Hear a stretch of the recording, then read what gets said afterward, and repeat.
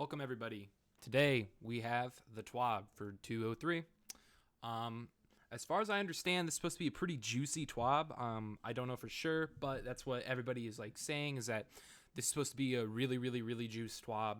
It just came out a second ago, but let's not waste anyone's time. Let's get right into it. So this week at Bungie, we've got a lot going on. Hello, and welcome to another installment of This Week at Bungie, our weekly source of news and chatter from around the studio. Nothing too wild happened this week, right? Just your normal Monday morning announcement of Bungie getting bought by Sony, as we all saw. It's a pretty big deal. I don't exactly know what that means for Destiny 2, and I think that's what a lot of people are saying, but knowing they have all their creative freedom still, I'm not too worried about it. I would not be surprised if there was some PlayStation only ornaments or something. Hopefully not PlayStation only guns and maps and strikes like there was for Destiny 1, but who knows? Well, okay, that is kind of a big deal. If you haven't heard much about it, well, we've joined Sony Interactive Entertainment. There's a lot to unpack here, and we highly recommend reading through our announcement and our Destiny 2 Our Shared Vision article from the development team. In the realm of Destiny 2, we didn't expect you to notice much of a change in your day-to-day adventures as a Guardian. We aren't going to make Destiny 2 platform exclusive. We're committed to a Destiny that you can play on your platform of choice, and that has been the same great game experience regardless of what device you are using. We're going to continue developing amazing new worlds for multiple platforms, and we're more than excited about what potential this unlocks for us. If you haven't read the FAQ and the update from the dev team, please do so. We're not going to read it. We don't need that. It's crazy. So with that being said, what else going on? Well, it's February for starters. We're less than 3 weeks away from the launch of Witch Queen. Did you see that we hit 1 million pre-orders? Did you hear that, Sabathun? 1 million Guardians would like a word. Yeah, that was a crazy number. I don't think I've ever seen that many pre-orders for a DLC ever. That's a huge number to me. So I'm actually really excited to see how Witch Queen launches, because 1 million people pre-ordered it, man. That's a ton of people. That's a lot of people. So expectedly, day one, week one, we should have over 1 million people playing. That's kind of insane. We also have a kick-ass gear trailer go live on Tuesday. Have you seen it yet? Well, even if you have, we're going to embed the video right here for you to go through the carnage frame by frame, hunting for new info. I did watch it. It's pretty crazy. It's actually really cool. We get a lot more insight on some of the things that we're going to be getting in Witch Queen. The 3 glaives I'm actually kind of worried about. The Titan seems fine with the bubble. I think it's a turret for the Warlock. The Hunter one with the electrical current, I don't know how it works. I don't know if you have to get a kill and then it happens. But I'm just in a PvP standpoint, I'm worried about how the glaive in general is going to be balanced. I don't want it to be super broken, obviously. I don't want everyone to just I'm not using it. Why would I use a shotgun? I can use a glaive, you know what I mean? Because they do shoot, as we know. So we'll see how they work in We'll see how they work in PvP. I'm really worried about it, though. You may have noticed there was a quick little glimpse into weapon crafting at the top of that video. Well, let's take a moment to walk through it. No, not just the video, but crafting as a feature. After, we'll follow the TWAB tradition of digging into the nitty-gritty of the sandbox balance patch notes in a quick preview. Just kidding. This TWAB is already over 6,000 words. Nothing about it is quick. Let's dig in. Okay. Welcome to the Enclave. Sabathun is building an army of Hive. These aren't just ordinary Hive, mind you. They've become the Lucent Brood. How could this happen? What will the Vanguard do as we begin to question the line between light and dark? As you begin to unravel the mystery and battle the Witch Queen's brood, you will discover the Enclave. This will be your destination for weapon crafting. Crafting a legendary weapon from scratch isn't a simple matter. Finding patterns, think weapon blueprints, collecting materials, and building your weapon is the starting point. After crafting your tool of destruction, you'll begin to unlock its full potential through combat. Okay.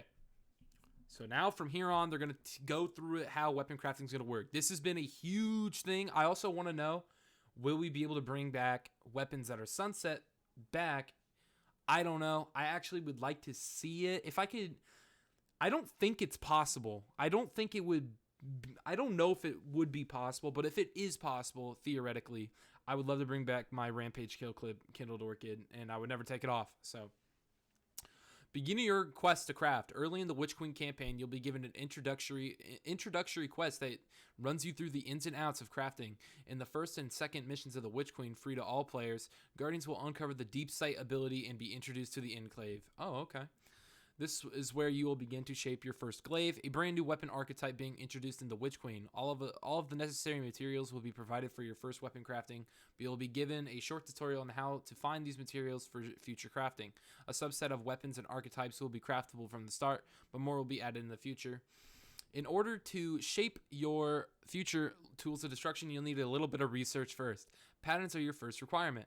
Some will be acquired through quest completions, while others can be earned by completing various gameplay objectives. Once you earned your desired pattern, it can be crafted at any time with required materials. Now it's all about the mixings. So we can already see how the stats are going to roll out with each perk. Also, that's a new AR. I can see that. Just for a PvP standpoint, and PvE actually, this is a terrible roll, but it's just a reference. I'm just picking it apart. Don't worry about that. Okay. After reaching the Enclave and crafting the first glaive, randomly rolled weapons throughout the game have a chance to drop with a new ability, Deep Sight Resonance. This will be used as you begin to target specific traits to craft. As an example, if you find a Deep Sight Resonance legendary AR with the Rampage perk, you can complete an objective and extract the essence of the perk to then craft a weapon with Rampage or another perk that increases damage. That is super sick. Pictured a Guardian holding Deep Sight Resonance weaponry, noted by red borders. Oh, okay, so that's how we can tell. That's kind of cool. Also, that's a pretty nice looking Titan armor set. I'm not going to lie. I'm a big fan of it. Also, what the hell is with these materials? Come on, man. Jeez. Also, this stat distribution is terrible. Really bad. Pictured a Guardian holding... Oh, I read that. Sorry. Okay, let's go down. Pictured a deep sight resonance weapon with no progress, in essence being ready to be attuned through combat. Oh, so that's how you can tell. I'm actually trying to see. I don't know if this is a new perk. This has 3 perks on it. It has 3 perks on it. I just can't tell what it is. Yeah, so definitely has 3 perks, but new SMG. Looks pretty cool too. Come to pass, these are 2 new perks. We do not know what these perks are, but I'm actually pretty excited to see what they do. And again, it's fun to keep in mind, there's another perk right here. So if we're really getting into that nitty gritty, all that, that's something that you want to be aware of, that some of these guns could have 3 perks. Now, that perk could just be like an intrinsic little like thing, and it's not a super big deal, but it's interesting nonetheless. Pictured a Deep Sight Resonance weapon with full progress, essence ready to be extracted. Okay. I want to know what perk they're extracting, but okay. Like current weapons, not every weapon pattern will be compatible with every trait, but you'll have a good list of traits to mix and match as you customize a given weapon to your desired specifications. It doesn't stop there, though. Through the Enclave, you'll be able to kick things up a notch and enhance your traits to strengthen their flavor, leveling your weapon and increase traits. Once a weapon is crafted, Guardians may begin to increase its level by using it in activities and by defeating enemies. This is where the bulk of your crafting playtime will be. The more you use your weapon, the faster you'll unlock its full potential. Enhanced stats and traits can be unlocked when reaching higher levels, granting slight bonuses to your weapon's capabilities. Our goal through the system is to give players a reason to invest in their weapons far beyond what NASA working could offer in the past. Each weapon can now act as a long-tail pursuit as you look to make your freshly crafted weapons the best it can be. That's really cool. I like that. I'm also trying to look in here. That's a lot of glimmer and enhancement cores. So we're going to already know somewhat of what materials we're going to need. Also something called Resonance Alloy, which is going to be new, obviously. So these are what we're going to need to at least pick this. I don't know if it costs a lot for all that, but who knows. It can be intimidating to start making decisions on how you build your weapons, so we're also giving you the ability to reshape your crafted weapons in the Enclave if you want to mix up the components of your weapons after you finish crafting them. You can switch up with the barrel, mags, or traits you choose so you don't feel like you got locked down one path forever. That is really cool. I really like that they are doing that. So if I got one weapon, let's say I got a palindrome. It's got Overflow Rampage on it. I would really like Killing Wind or Quick Draw in that first slot. I can reshape it and change it, hopefully, in the future. As Guardians begin to embrace this new system, you'll begin to see how legends rise. Some will prefer Hake and other foundries. Others may dabble in new weapons from Redacted. We're excited to see which weapons you embrace. I really hope this new weapons from Redacted is Tex Mechanica.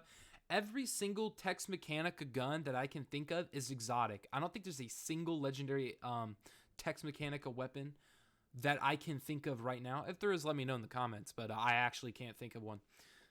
So, mementos. While the majority of your crafting experience will be dedicated to mixing, matching, and enhancing traits, there's also an opportunity for a bit of customization when it comes to appearances and activity-specific trackers. At launch, one weapon memento will become available for players to earn through Gambit, unlocking a Gambit-themed appearance and tracker. Rank up your weapon to max level, head back to the Enclave, and apply your freshly earned memento for some sweet flair. More of these will come online through Trials and Grandmaster Nightfalls.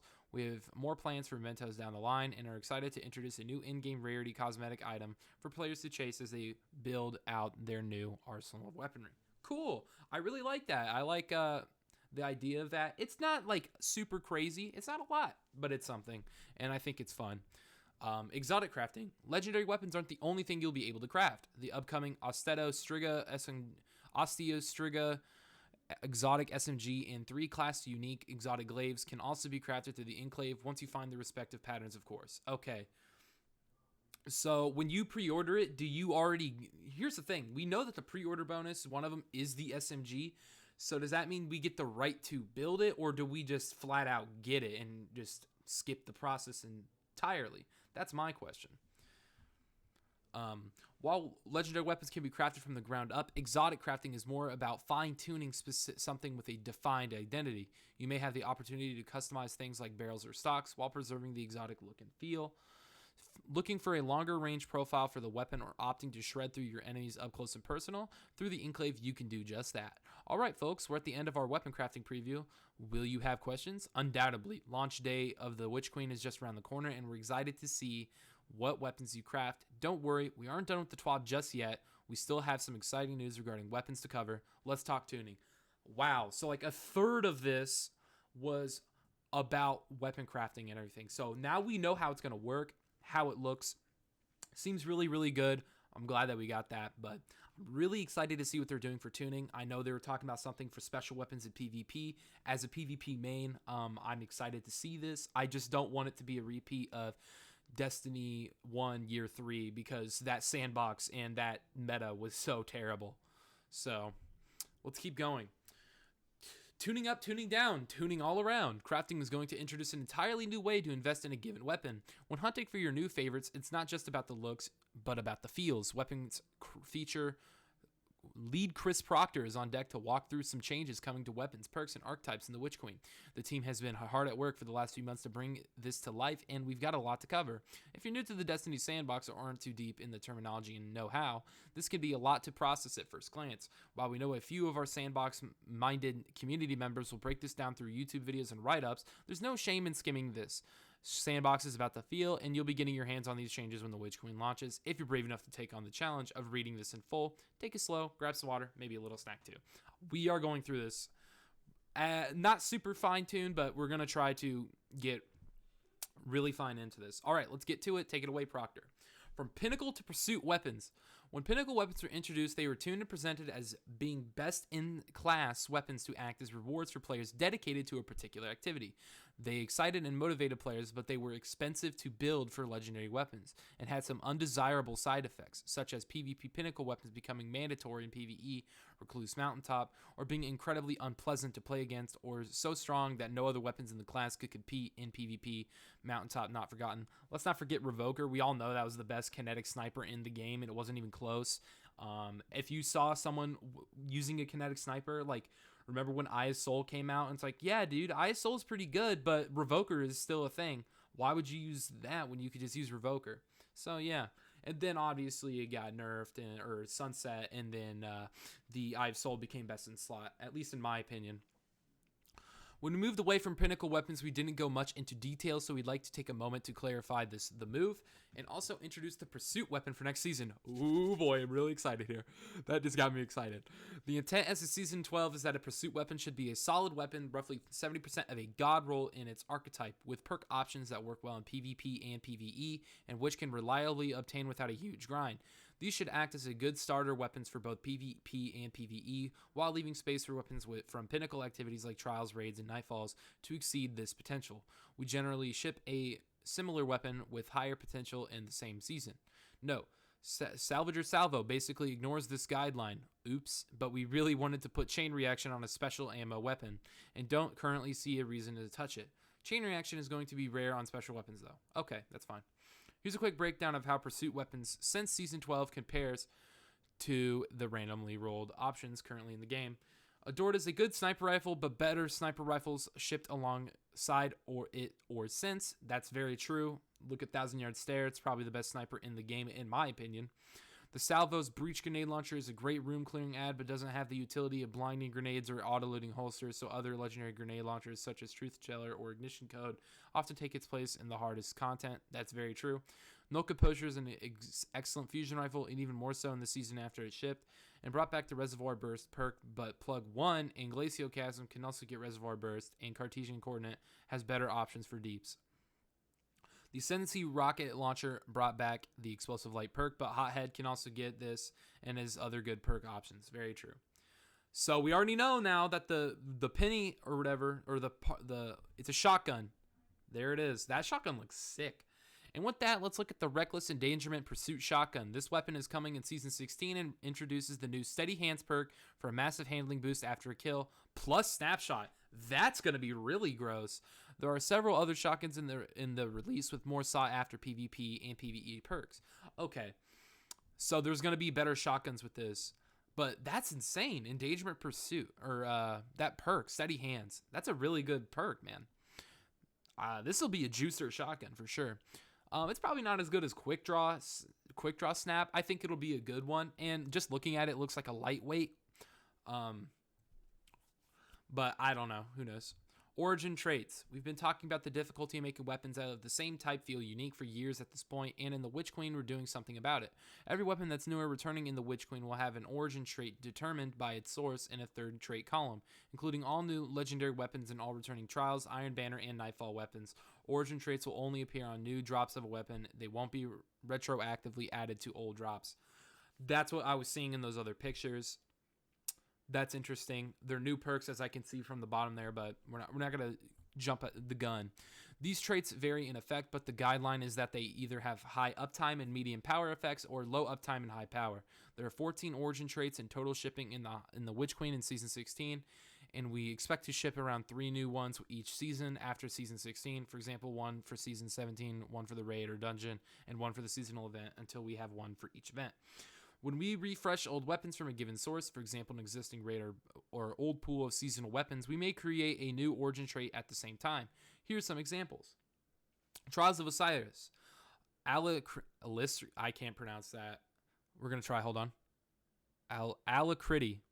Alacrity? Whatever. Gain increased reload stability, aim assist, and range when you're the last living member of your fire team or running solo, plus 20 reload stability, 10 aim assist, 10 range. Solo includes solo lost sectors and rumble, for example. Okay, so it's basically celerity, but better. All right. Nightfall Strike, stunning recovery. Stunning a champion partially refuels her magazine, triggers health regen, and improves recovery for a short duration. Grants 60 health instantly and plus 40 recovery for 3 seconds. That's insane. Crucible, one quiet moment. Grants increased reload speed when out of combat. That's insane, dude. Plus 40 reload stat when out of combat. Haven't dealt or received damage in 4 seconds. I mean, I don't think that's going to be like super busted. None of these seem busted at all. So I'm interested to see how these work. Strikes. Vanguard's Vindication. Final blows with this weapon grant a small amount of health. Small. 7 health. Oh, cool.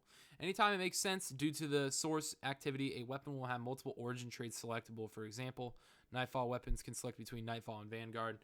Trials of Osiris weapons can select between Trials and Crucible traits. The Pursuit weapon can Select between the Gambit, Vanguard, and Crucible traits since it can be acquired from any of these activities. What's the Gambit trait? That's my question. I know they're talking about revamping Gambit, so they probably don't want to like share. So, one other case, see below. Weapon Foundries. Guardian, there was something I wanted to tell you. What was it? Banshee scratches his forehead. Oh yeah, guns. I was cleaning out that locker back there. Banshee motions to a dust-caked storage container. Found a couple things you might be interested in. The XO reaches into a crate next to him and pulls out a glistening Fugi 55 sniper rifle, a stack of shiny new Suros weapons manufactured for the Red War by the looks of them. He peers down the sights of the rifle. Been years since I held a new Suros. Good balance, solid craftsmanship. This is damn fine work. Banshee stares off wistfully, seeming to forget you're there. His eyes snap back to you. What was I going to tell you? Ah, right, guns. Banshee uncrates more weapons in mint condition. These were earmarked for Zavala, Drifter, and Shax. Maybe if you're lucky, they'll let you play with them. There's a lot more where that came from. Banshee gestures a whole new stack of crates swimming in a cloud of dust. Hand cannons, pulse rifles, Amalon, Hake, Vice. You're going to have a ball. In Season 16, we were replacing the old world loot pool with 12 new weapons in the style of the Destiny 2 Year 1 Foundry weapon sets. 3 weapons each from the Suros, Amalon, Hake, and Vice Foundries, plus 1 Foundry weapon each for Vanguard weapon and Crucible. So I'm trying to look at the... I remember this. I can't remember the name. I think this is like the Vicodin, or that's how I called it. That looks like a Halfdan. This one's probably... I can't remember the name, but I remember it was like a menace to society. Sniper, that he already said, and the hand cannon, I can't remember. But cool. Pictured a handful of weapons you'll find in the legendary engrams on February 22nd. Not all are pictured, mind you. Oh, yeah, you're right. So there's one for each of them that they haven't showed. So each weapon will come with the Foundry origin trait themed around that Foundry's personality. Suros Synergy. Reloading grants this weapon bonus handling and reduces incoming flinch for a short time. That's awesome. Plus 40 handling, 20%. Oh, wow. Hake Breach Armaments. This weapon deals increased damage against vehicles, turrets, barricades, and stasis crystals. Turrets include stasis turrets plus 15 to vehicles plus 30% to structure and turrets.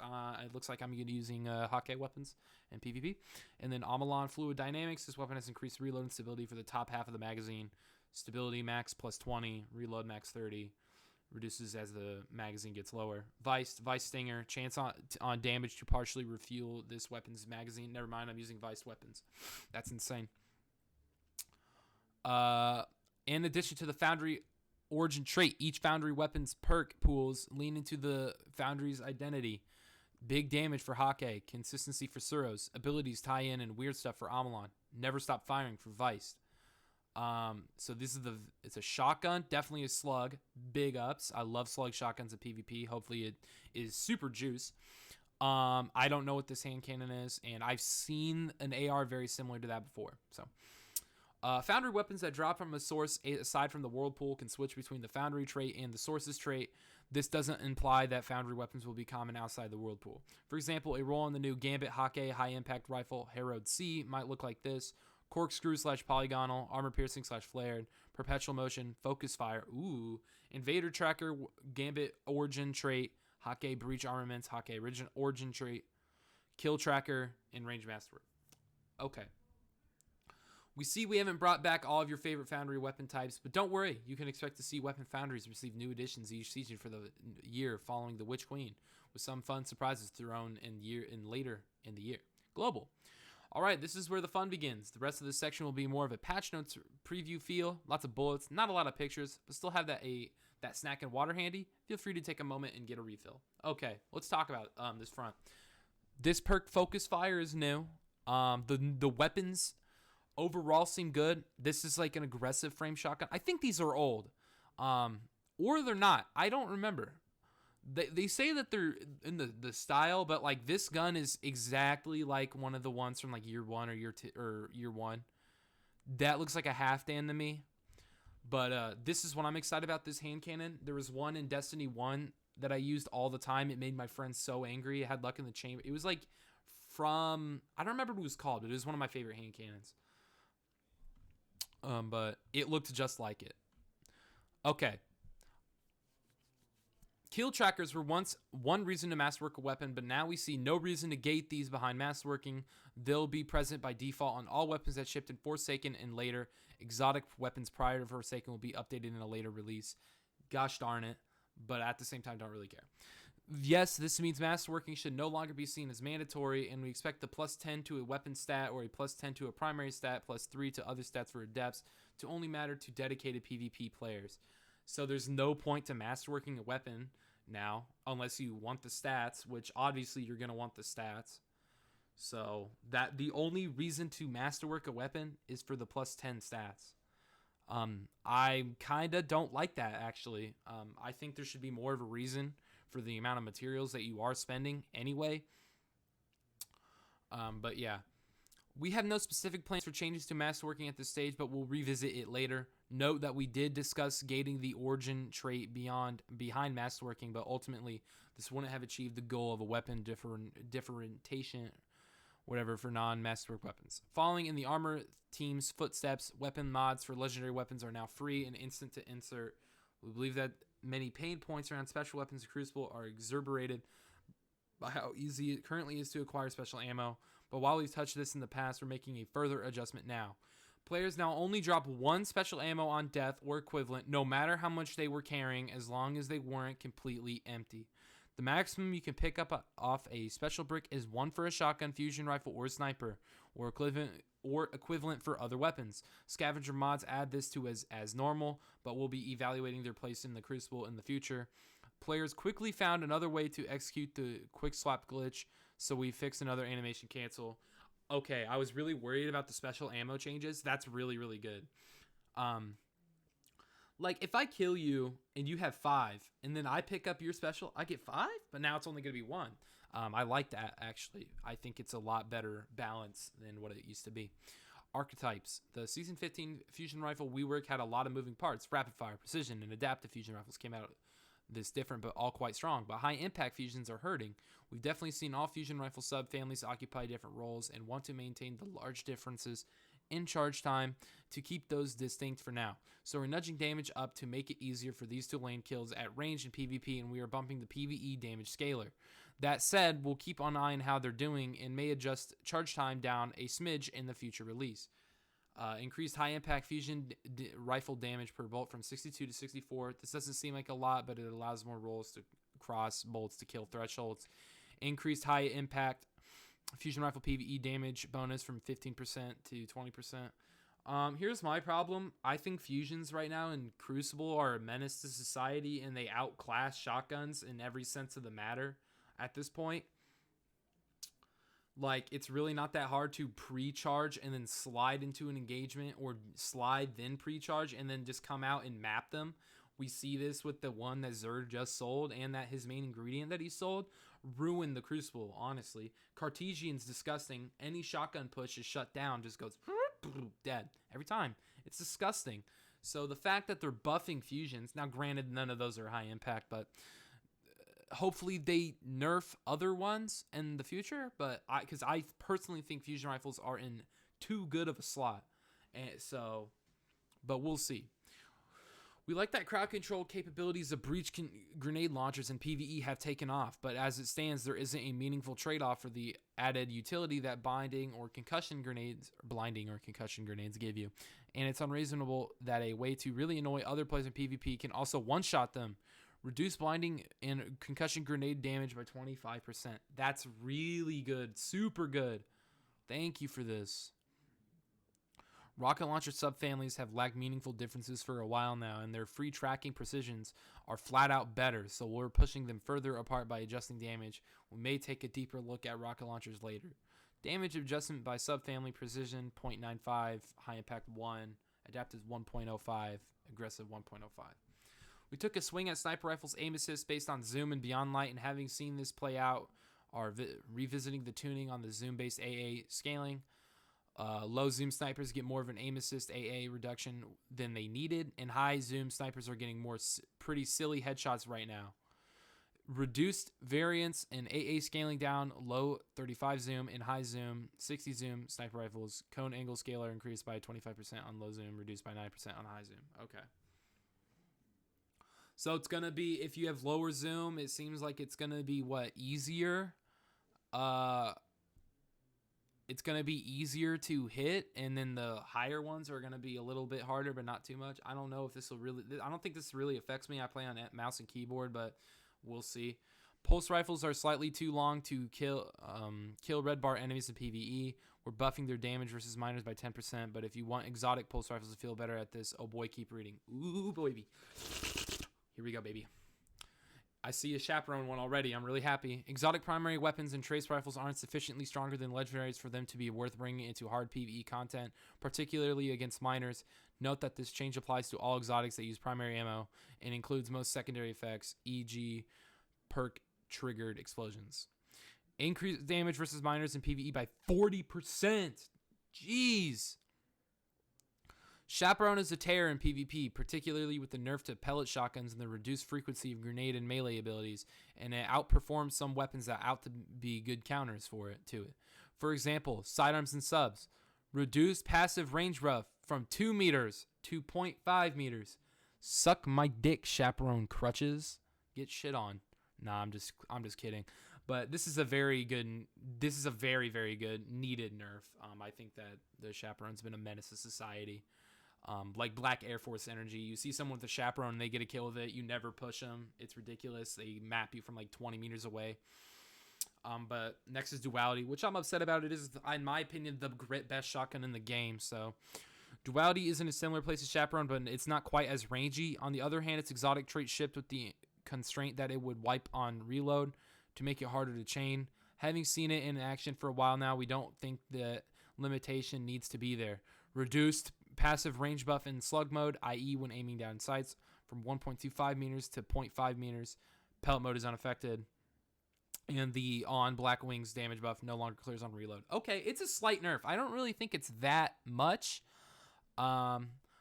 Yeah, it's not going to have as much range as Chaperone would. It never did, so I'm not really surprised. And I think this is a good way to rein it in.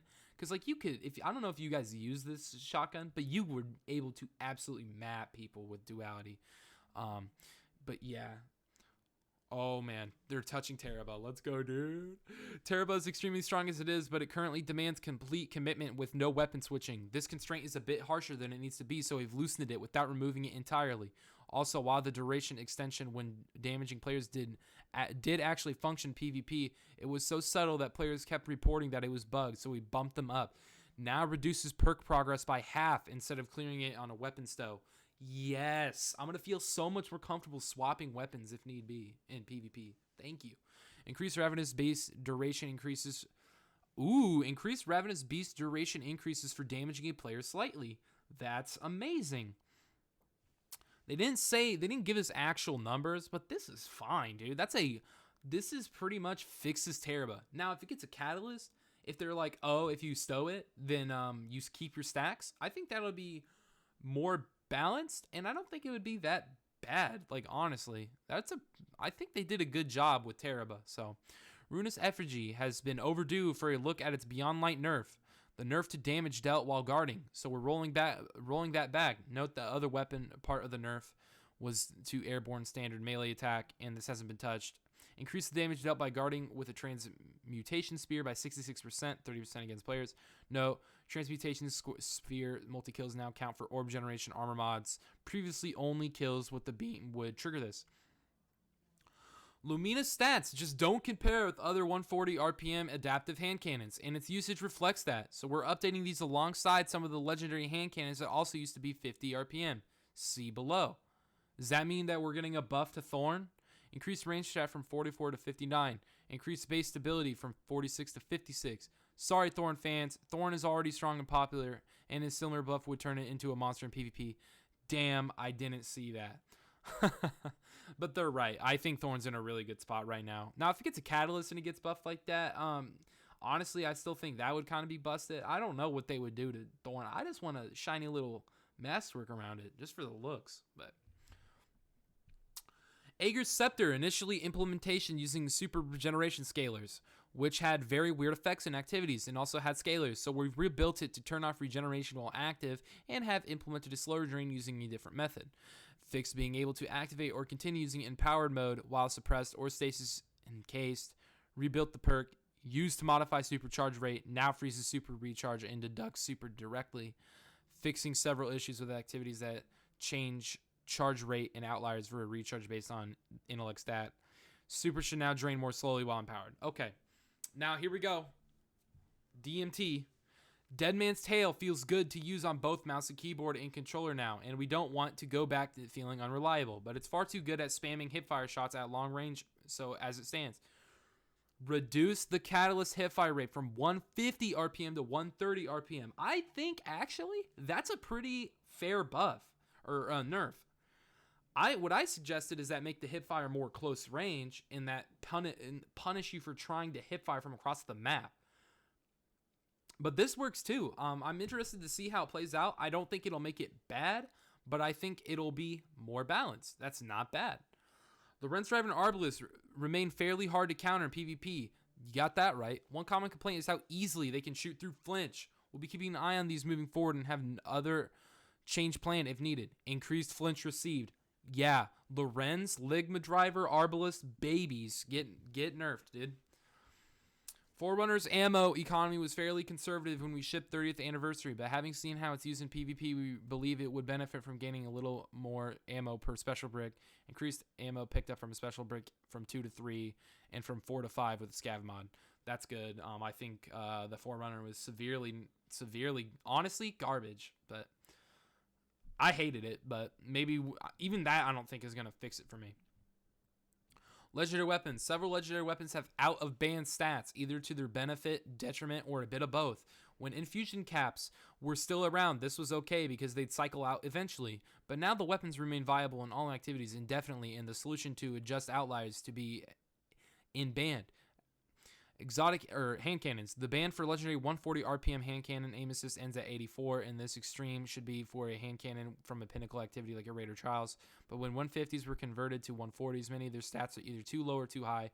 We're adjusting the stats of these to be within the standard ranges, up or down as follows. An overall buff is in most cases. Sorry.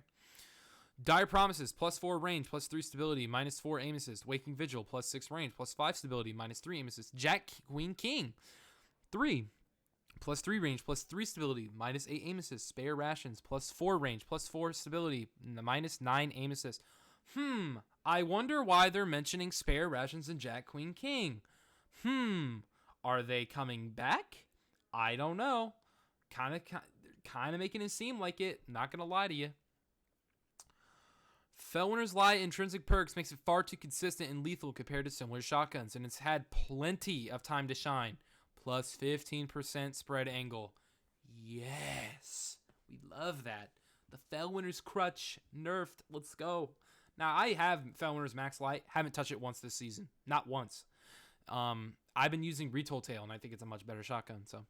Most of Ikelos SMG stats are widely out of band for an aggressive SMG, but it does suffer from having a low zoom compared to other popular options. +1 zoom, -5 range, -7 stability, -8 handling, -5 aim assist. Damn. Typically, we don't just adjust base stats and specific weapons at all post-ships, so we don't intend to do this regularly. Okay. Perks. Damn, this is a long-ass TWAB, boys. Perks. We want players to be able to choose to build into hip firing more easily, so we're adjusting the hip fire grip perk to support this. Now increases damage fall-off start and end distances by 20%, except on shotgun, sniper, and rifle, and fusion rifle. Okay, so does that buff like Last Word too, and DMT inevitably? It kind of sounds like it. Adagio. Often felt like it changed a weapon's subfamily to the next slowest rate of fire, but worse, particularly when comparing damage fall-offs. Increased duration from 5 to 7 seconds. Increased damage bonus, except on bows and fusion rifles, from 25% to 30%, now adds +10 range stat.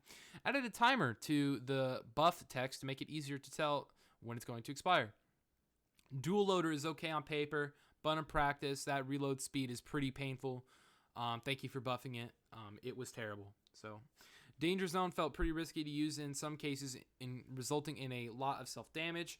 Reduce self-damage scalar for grenade launchers combined with the other scalars. This ends by up reducing self-damage from 1.25 to 0.75. Tap the trigger is the meta breaking perk on a particular fusion rifle.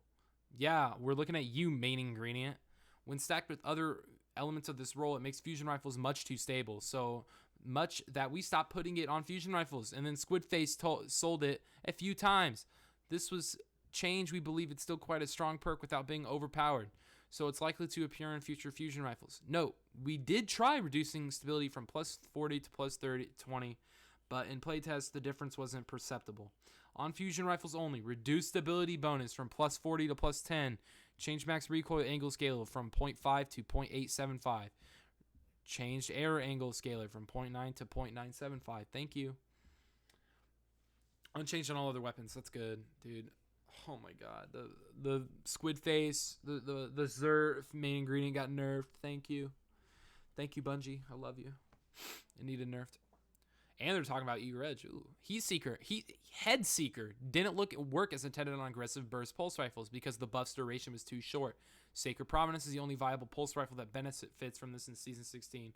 Although there is such a pulse in the season, it doesn't roll with Head Seeker, but expect to see more in future seasons. Extended buff duration from 0.17 to 0.3 seconds. Cool. Let's talk about Agar Edge. It's a lot of fun to use, but it can be used to do some mind-blowing, environment-breaking things if used in particular ways while airborne. While the tuning below isn't meant to remove the fun factor, we have a fresh raid and other fun content coming with the Witch Queen, and want to ensure that we retain challenge behind our upcoming rewards. Breaking out of maps can be fun indeed, but can easily remove the prestige and value of a given item or experience. Reduced lunge distance benefit while airborne by 25%. Now caps maximum player airborne velocity to a fairly high value while active. Occasionally, we'll shelve perks because they're not working for some reason, too strong or too weak.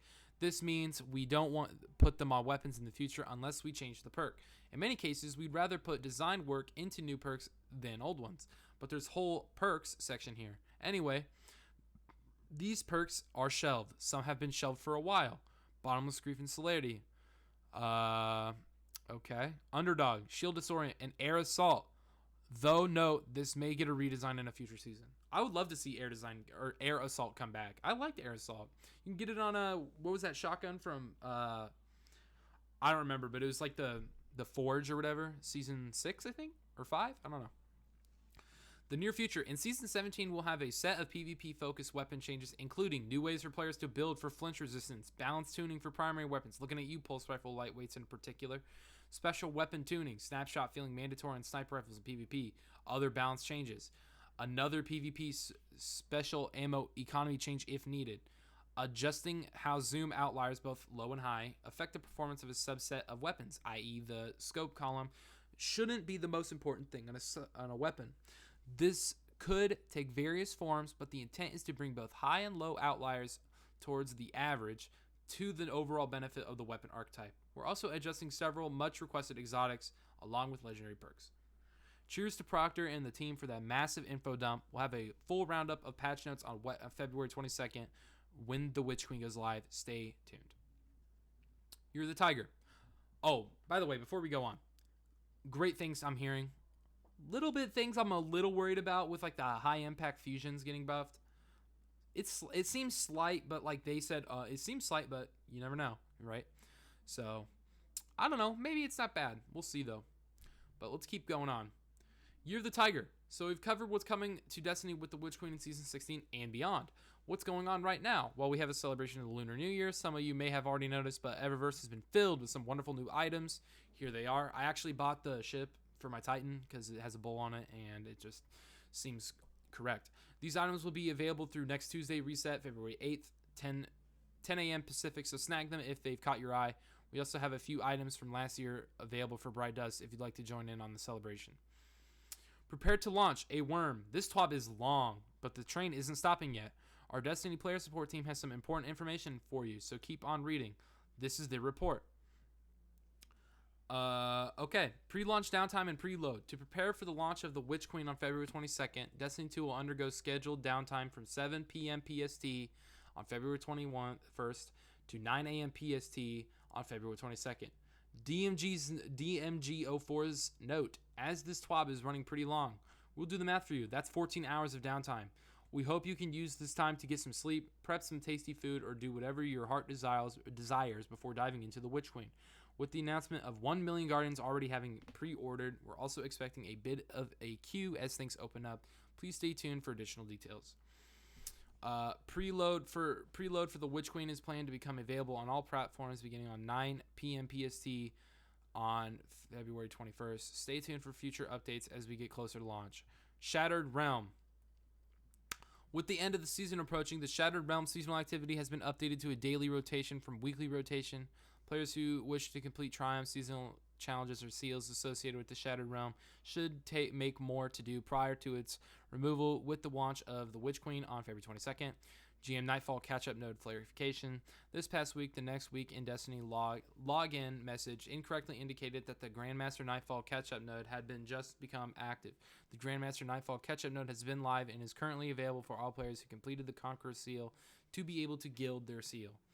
Year 4 content vaulting. With the launch of the season of the Witch Queen on February 22nd, certain activities, quests, destinations, and items from seasons 12 through 15 and Forsaken will become available to access for full lists of vaulted and whatever. My brain is fried from reading all this content. Please see our guides below. We've seen them before. We know what's going away. Weapon cycling. The following weapons will be leaving the ritual rewards pools from the launch of the Witch Queen on February 22nd. Trials. Ignite Hammer. Soulless Scar. I call it Ignite. I know it's igneous. Nightfall. The Swarm. Shadow Price. Uzum. Hung Jury. Iron Banner. Multimag. Time Sworn. Guiding Sight. Steady Hand. Players should make sure to claim all engrams and other rewards before the new season begins. Any rewards not claimed from ritual vendors, Zavala, Shax, Drifter, and Saint 14 will be removed at the end of the season. Known issues. While we continue investigating various known issues, here's a list of the following. Weapons do not successfully attach to Phoenix Protocol when stowed. For the full list, click the article. Yeah. Movies of the week. Woo! So we're gonna go pretty quick with these. We don't really watch them. So we got Art of the Week. And here we go. Well, you've made it once again, and Mega Twab has landed, and you've read every word of it, maybe almost every word. I know some of you skipped the outros. Between now and launch, we have a few more little things to cover in Twabs, but we aren't expecting anything as long as this edition. These next few weeks will be your opportunity to rest up before the launch of the next expansion. Get some sleep, eat well, maybe even soak in some sunlight if the weather permits. Of course, we're going to permit a healthy lifestyle after February 22nd, right? There won't be any moments where you'll think, I'll do the dishes later, or I guess I can take the trash out next week while leveling up your brand new, freshly crafted weapons. On a final somber note, before we go, we'd like to make a moment to honor one of our moderators. We received tragic news over the weekend that Seraphim Crypto, one of our German community volunteers, passed away. Rest in peace, guy. I never heard of you, but definitely it's always sad to hear someone pass, you know what I mean? So, sucks.